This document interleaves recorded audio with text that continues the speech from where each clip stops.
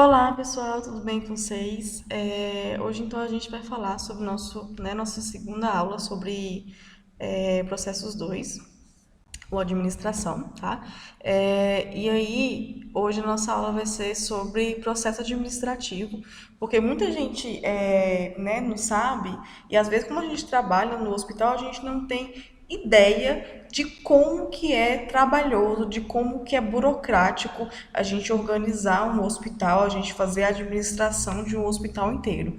Então, para que o hospital funcione, é preciso, muitas colocações, muitos planejamentos. Então tem uma questão por trás aí para que a gente consiga chegar no objetivo final, que é fazer assistência, né? Prestar assistência ao paciente. Então hoje a gente vai conhecer um pouquinho de como que funciona então essa organização hospitalar, tá? De vez em quando eu vou ficar olhando para lá porque minha tela tá para cá. Bom, então vamos então para nossa aula, tá? Então tá aqui processo administrativo. E aí, o processo administrativo, pessoal, ele envolve, duas funções. Então, a administração de enfermagem é baseada nisso. E, em primeiro lugar, a gente tem o que a gente chama de planejamento. Só pegar aqui o laser. Marca texto melhor. Então, aqui a gente tem o planejamento, né, que é onde a gente vai estabelecer os objetivos, as tomadas de decisão, a elaboração de planos e, né, diminuir aí o grau de incerteza que a gente tem com relação aos problemas. E a segunda função é a organização. Então aqui a gente vai colocar os recursos humanos e também materiais, que é de extrema importância, tá? Estrutura organizacional e também o organograma. Então tudo isso, pessoal, ele está envolvido então na questão do planejamento. Então a gente tem que levar essas duas vertentes em consideração, porque se a gente não partir da base, tudo isso que a gente vai estudar daqui para frente não vai adiantar de nada, tá? Então isso é a base da organização, seja ela da organização hospitalar. A gente aqui está mais focado na questão hospitalar, né, na questão da unidade de saúde em si, mas ela também é aplicada em várias outras, né, outros trabalhos, outros serviços, outras unidades que necessitam aí de uma administração para funcionar. Então aqui a gente tem, o processo administrativo, ele vai envolver a direção também, que é a função interpessoal das ordens, né, instruir, liderar as pessoas. A gente também vai falar sobre liderança na próxima aula, motivar, mais na próxima aula, né, a gente vai falar sobre liderança, e motivar e comunicar com os funcionários daquele local. O controle, ele está mais envolvido aqui não pela palavra em si, que significa controle, controlar, né? Mas é realmente a questão de verificar se aquilo que a gente, né, teve como objetivo lá no passado, na questão do planejamento, está sendo alcançado. Porque se a gente, por exemplo, chegar no meio da administração, né, a gente abriu uma clínica, por exemplo, e aí daqui, então, 3 meses a gente está vendo que não está tendo lucro, os pacientes estão insatisfeitos, a clínica, né, não está indo para frente. Então a gente tem que voltar lá no planejamento para poder ver o que está acontecendo, tá? Então essa questão ela tem que ser verificada constantemente, porque a gente tem que ver se o objetivo final ele está sendo concluído ou não, tá? E aí a gente tem também, né, a questão do planejamento em si, ela vai envolver. O planejamento, então, ele é definido como principal função administrativa, né, de acordo com Marques e Houston, de 2015, foram dois escritores aí que escreveram sobre o planejamento, né, são escritores da administração, e como decidir antecipadamente o que fazer, quem vai fazer, que é extremamente importante, além de como vai fazer, quando e onde será feito. Então, aqui a gente tem alguns dos principais métodos, né, de planejamento que hoje em dia são aplicados. Então, o primeiro método que a gente vai aplicar é o planejamento normativo ou então tradicional. E a gente tem o planejamento estratégico situacional, que a gente chama de PES. Tá? Então, aqui a gente vai falar sobre as fases, né, do planejamento normativo ou tradicional, primeiramente. Então, primeiro a gente tem que ter um diagnóstico. Aqui a gente não está falando de diagnóstico de doenças, tá? A gente tem que ter um diagnóstico da situação administrativa. Por exemplo, eu chego numa empresa, tá uma confusão, tá um caos, e aí eu vou começar a administrar aquela empresa. Primeiro momento, eu tenho que levantar quais são os problemas para me conseguir resolver. Se eu não souber quais são os problemas, de onde vem toda essa questão burocrática que não está dando certo, eu não vou saber o que fazer com relação à administração da empresa. Então, é isso que a gente chama de diagnóstico, tá? Determinação dos objetivos. A gente, depois que fizer o diagnóstico, a gente vai ver o que a gente quer alcançar ali naquele, né, primeiro mês, primeiro 2 meses, primeiro semestre. Vamos estabelecer as prioridades para esse tempo. Vamos também selecionar recursos disponíveis, seja ele material, seja ele pessoal, né, de recursos humanos. Devemos também estabelecer um plano operacional de como que vai ser feito esse trabalho e daí então vamos desenvolver e a partir do momento que a gente está desenvolvendo, que a gente vê algumas falhas ou coisas que não estão dando certo, a gente vai aperfeiçoando. Então, né, um exemplo clássico que aconteceu, bem atual, foi a questão da nossa escola, né? Que houve uma pandemia. Nosso curso técnico em enfermagem, ele é presencial. E aí houve-se então essa pandemia. Houve-se então essa pandemia e houve um prejuízo, né, em relação a essas aulas. Então, para que esse prejuízo não fosse tão grande assim, o MEC não, né, o Conselho de Educação permitiu que a gente fizesse as aulas não presenciais aqui pela pela internet, pelo WhatsApp, pela plataforma. Só que para que isso acontecesse, para que isso, né, desse certo, por exemplo, lá no começo que a gente começou só por WhatsApp, então primeiro a gente identificou o problema, a princípio a gente já tentou resolver porque a gente foi avisado numa sexta, na segunda-feira a gente já tinha que continuar as aulas, né, de forma não presencial e nenhum dos nossos professores tinham, né, feito aulas online, tinham participado de aulas EAD, não sabiam como é que funciona, não sabiam mexer em funções do computador, não sabiam, né, de muita coisa. Então, se vocês forem pegar nossa trajetória, no comecinho a gente trabalhou com o WhatsApp, viu que tinha a necessidade de ser uma coisa mais séria, mais, né, documentada. Surgiu então o Google Sala de Aula e a gente está com ele até hoje, está com, né, nas duas plataformas, que foi uma coisa que funcionou para a gente. E a partir do momento que não funcionar mais, a gente vai ter que parar, sentar, analisar para poder, né, que resolver esse problema e ter uma outra solução. Então é isso que a gente chama de, né, aperfeiçoamento. Então, se uma coisa não, a gente tem um objetivo, teve, né, a colocação, não está dando certo, a gente muda, né, esse modelo que a gente já tinha estruturado, tá? Então é mais ou menos dessa forma como acontece, tá? Aqui.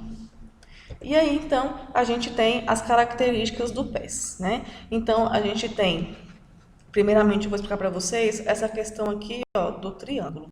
Então, esse triângulo, ele é o modelo que é utilizado pela nossa república, certo? Que a gente chama de projeto do governo. E aí, então, esse triângulo ele vai envolver esse projeto, na outra ponta a capacidade do governo e na outra ponta a governabilidade.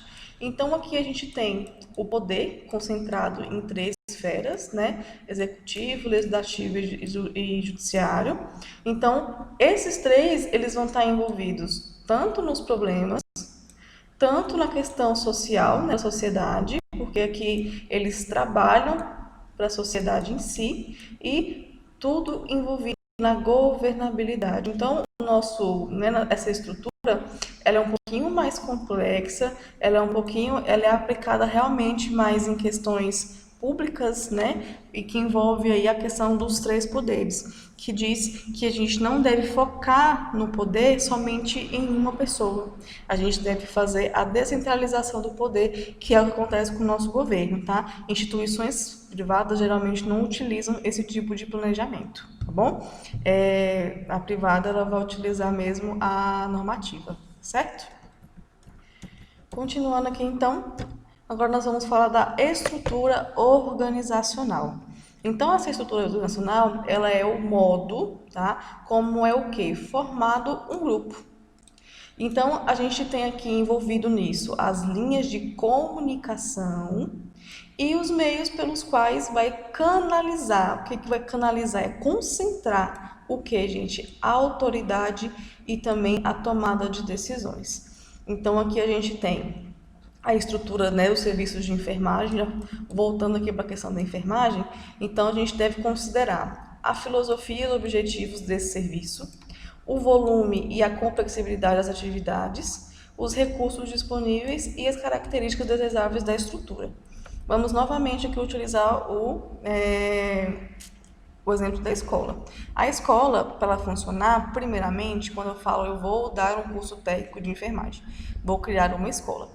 Primeiro, tem várias normativas que exigem que quem abra uma escola tem que ser uma pessoa que é enfermeiro, né, e tem que ter, na verdade, um responsável técnico que é enfermeiro. A estrutura aqui da escola, ela deve conter um laboratório, deve conter salas de aula, um quadro, né, deve conter tudo isso para que ela possa funcionar realmente. Depois de que isso tudo está pronto, que é a questão do espaço, a gente tem a questão burocrática, que tem a direção, a coordenação, e aí depois que vem a questão dos professores. Esses professores podem ser qualquer pessoa? Não podem. Tem que ser professores de ensino, né, que são formados em ensino superior, enfermeiros, bioquímicos, biólogos, né? Então, tem toda uma questão aí burocrática envolvendo isso tudo. Então, quando a gente fala sobre essa organização, a gente vai ter a questão da filosofia, né, e os objetivos. Qual que é o nosso objetivo aqui? Formar técnicos de enfermagem. O quanto de alunos a gente consegue formar? O quão é complexo essas atividades? Uma pessoa que ela não tem ensino superior, ela pode dar aulas? Não pode. Então aqui a gente está falando nessa questão da complexidade. Quem pode realizar esse tipo de serviço, tá? Os recursos que eu falei para vocês, que é a questão da parte, né, material, e as características desejáveis dessa estrutura que é formada aqui, então, pela escola, ou então a gente pode aplicar tudo isso dentro do hospital, né? Quais são as especialidades que a gente vai atender? Se a gente atender várias especialidades, vai ter que ter recursos materiais para todas elas, pessoas capacitadas para todas elas, então tudo envolve uma questão aí das pessoas serem capazes e também trabalharem no local onde atende essa capacidade. Essa que é a estrutura organizacional. Então, nós temos alguns tipos de estrutura, de acordo com Marx e Hilton também ainda, que são as estruturas lineares, as configurações específicas, a estrutura matriz, a organização por linhas de serviço e as configurações horizontais, tá? Então, cada uma delas, pessoal, ela é um tipo específico de estrutura, né? E aí a gente vai aplicar ela de acordo com cada espaço físico que precisa dessa administração. Aqui, essa estrutura linear é como, né, quando o serviço ele é contínuo numa única colocação. Por exemplo, uma empresa que faz seleção de grãos, né? Aquela questão ali de separação, todos os processos do maquinário, ele é bem específico. A configuração específica, quando você faz atendimentos especializados em alguma coisa, eu faço somente instalação de ar-condicionado, ou então eu faço somente atendimentos cardiológicos, então aqui é uma coisa mais específica mesmo. A estrutura matriz, que é onde geralmente tem uma empresa matriz e aí ela tem outras filiais, né, que seguem a mesma estrutura da matriz. A gente vê aí, né, McDonald's ou então outras empresas que são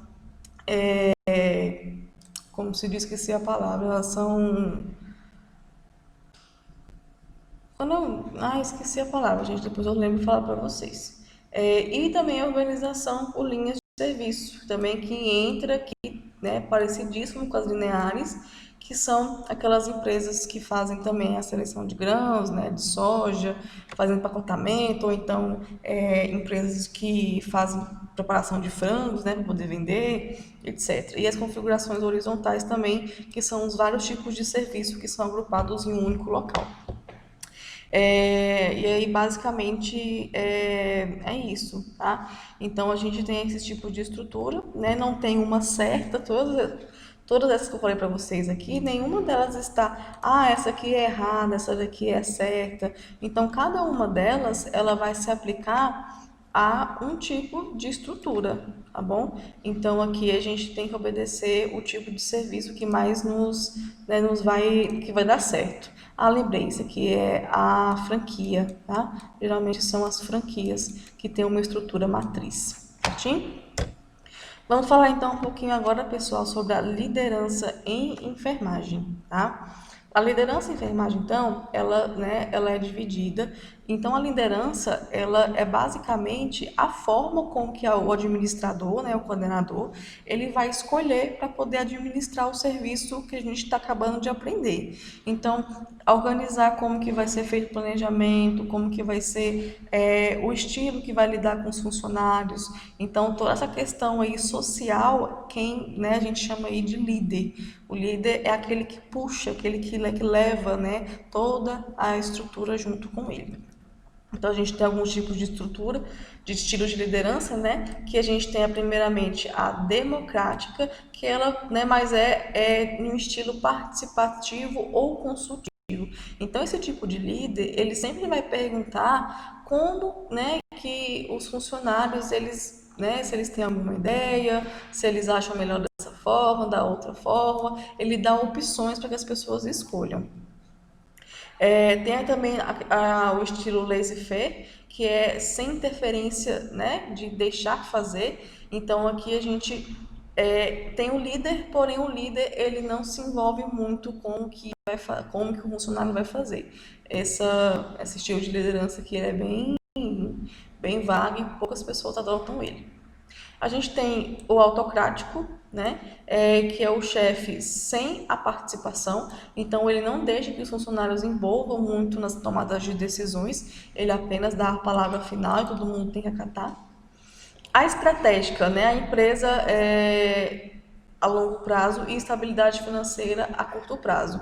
Então aqui a gente tem na verdade, um estilo também que não dá muito certo, tá? Porque aqui a parte financeira é muito importante para a empresa. E aí os estudos já demonstraram que esse tipo de liderança, a financeira, ela se encontra, né, ela perdura aí a curto prazo. Nós temos o estilo gerencial, que ela é voltada para pessoas e processos, tá? Então aqui a gente tem o foco no bem-estar da pessoa, como que ela vai realizar seu serviço, se aquilo prejudica ela como ser humano. Tem muito disso nas empresas públicas, tá? Geralmente são locais bons de trabalhar aí em relação ao estilo de liderança.